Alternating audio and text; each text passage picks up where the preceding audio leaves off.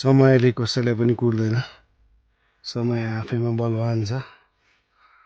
त्यही भएर उचित आफ्नो समयमै यस्तो अलिकति डिफिकल्ट एरियाहरूमा भ्रमण गर्ने बानी राखौँ। यसले गर्दाखेरि पछि ट्राभल पछि गर्छु भन्ने चाहिँ हुँदैन, हेर्नुहोस् सकिँदैन, एकदमै डिफिकल्ट हुन जान्छ।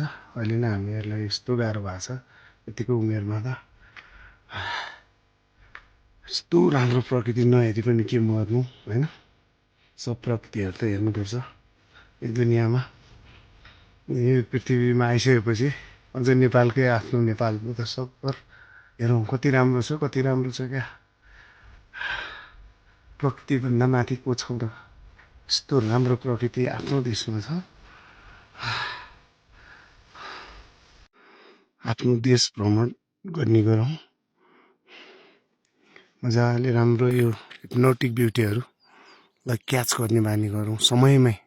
पछि घुँडा दुख्ला, के होला, हिँड्न नसकेला, वृद्ध भइएला, कता के होला, प्रेसर सुगर विभिन्न किसिमका रोगहरू लाग्दै जान्छन् र सकिन्न भने उमेरमा हो गर्ने मजाले यो बेलामा डिभाइन कस्तो हुँदो रहेछ सबै कुराहरू नहेरिकन नेपालको वर्णन गर्नु चाहिँ व्यर्थ हो खास वास्तवमा।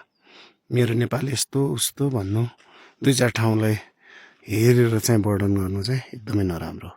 यस्तै नेपालमा असङ्ख्य ठाउँ छन्, त्यो असङ्ख्य ठाउँ भ्रमण गरेपछि एभरेजिङ गर्दा बल्ल चाहिँ नेपाल कस्तो हो भनेर विवरण लेख्न सकिन्छ। घुम्दै नघुमिकन, हेर्दै नहेरिकन सकिन्न। Thank you.